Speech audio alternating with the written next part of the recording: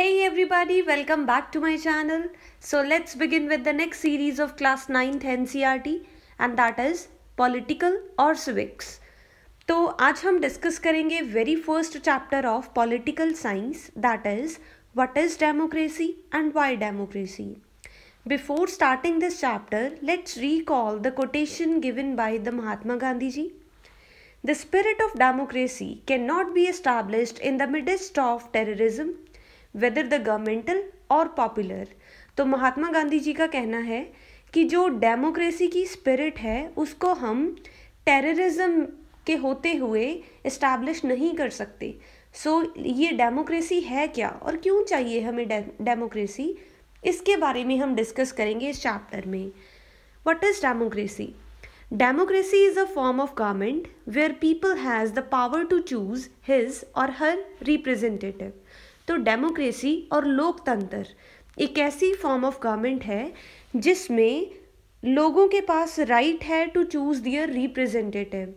जैसे कि हम वोट कास्ट करते हैं, अपने रिप्रेजेंटेटिव को चूज़ करते हैं जो हमारे लिए रूल्स एंड रेगुलेशंस फ्रेम करते हैं.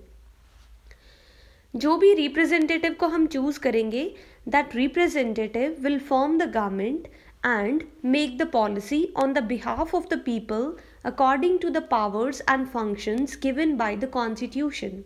अब देखो, हम जो common people हैं, we will cast the vote to select to choose our representative. हम MPs को choose करेंगे and वो MPs PM को choose करेंगे. ठीक है, तो वो जो हमारा रिप्रेजेंटेटिव है वो गवर्नमेंट बन जाएगी, मतलब पीएम एंड उसका कैबिनेट वो गवर्नमेंट बन जाएगी. Then they will make the policies on the behalf of the people. हम लोगों के बिहाफ पे वो पॉलिसीज़ बनाएंगे. लेकिन जो भी पॉलिसीज़ होंगी, कीप इन माइंड, ये पॉलिसीज़ गवर्नमेंट की खुद की मर्जी से नहीं होती. ये सब पॉलिसीज़ कॉन्स्टिट्यूशन को ध्यान में रखते हुए होती हैं. जो भी पावर्स एंड फंक्शंस कॉन्स्टिट्यूशन ने प्रोवाइड किया है उन सब को ध्यान में रखते हुए, जैसे कि लोगों का वेलफेयर होना चाहिए, हमारी इकॉनमी में डेवलपमेंट होनी चाहिए, इन सब चीज़ों को ध्यान में रखते हुए पॉलिसीज़ फ्रेम की जाएंगी. People also have the power to remove the representative if they are not functioning his or her duty properly. अब देखो, हमारी जॉब यहीं पे नहीं ख़त्म हो जाएगी that we have chosen the representative. जो रिप्रेजेंटेटिव को हमने चूज़ किया है, अगर वो कॉन्स्टिट्यूशन को अबाइड नहीं कर रहा, मीन्स इफ़ ही और शी, प्राइम मिनिस्टर कोई भी हो सकता है, ही और शी, तो अगर वो अपनी ड्यूटीज़ को, रिस्पॉन्सिबिलिटीज़ को प्रॉपरली परफॉर्म नहीं कर रहा, तो people have the power to remove the representative. Okay, then is what is democracy. अगर हम मीनिंग की बात करें, the word democracy has been derived from the Greek word demokratia. Demos means people, kratia means rule. So democracy means rule of the people, common लोगों का rule होना.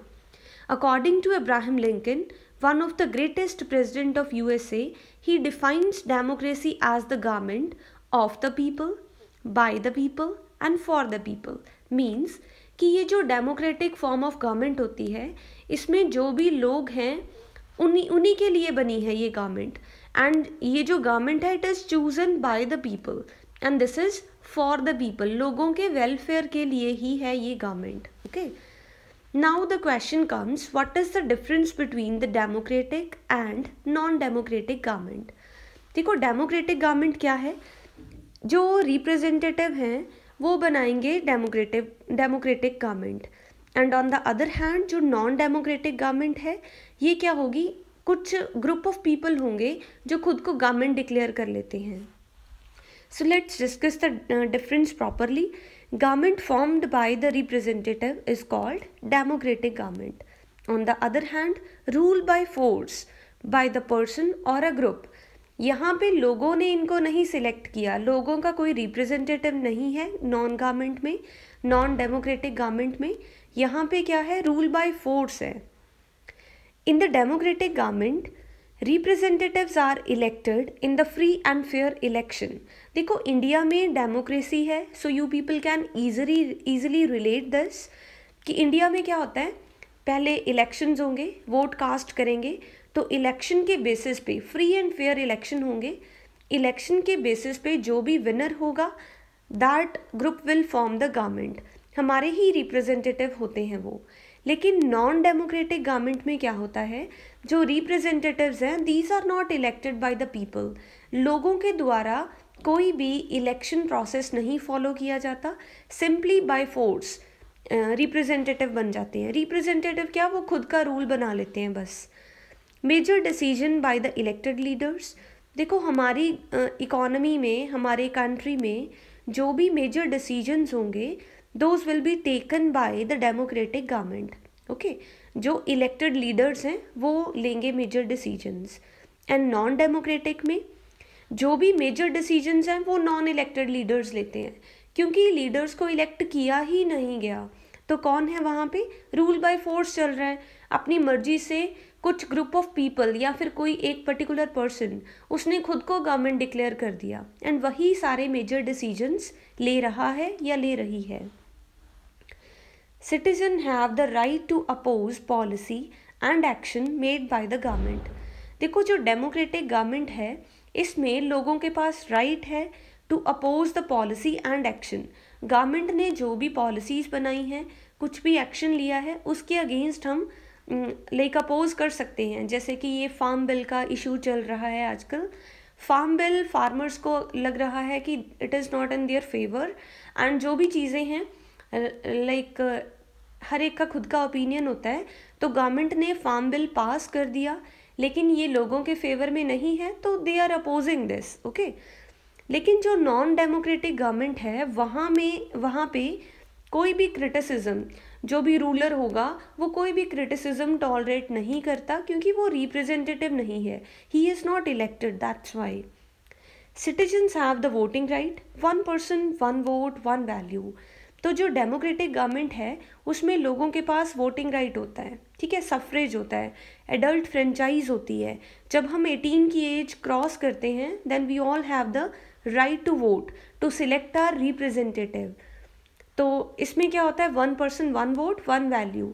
लेकिन जो नॉन डेमोक्रेटिक गवर्नमेंट है इसमें लोगों के पास कोई राइट्स नहीं होते, no voting rights are given to the citizens.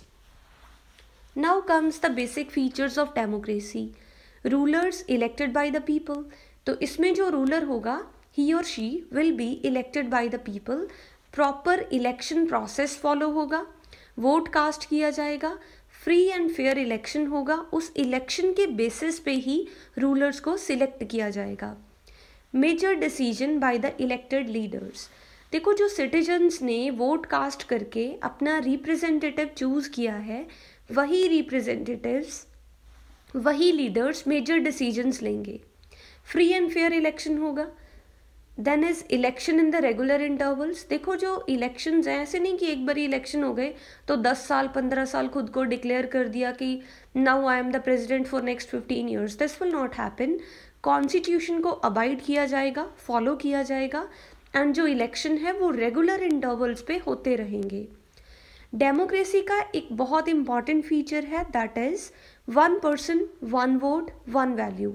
एक पर्सन का एक ही वोट काउंट किया जाएगा, एक ही वैल्यू काउंट किया जाएगा। Rule of law and respect of rights, तो डेमोक्रेसी में क्या होता है, रूल ऑफ लॉ फॉलो होता है एंड जो राइट्स है उसकी रिस्पेक्ट की जाती है।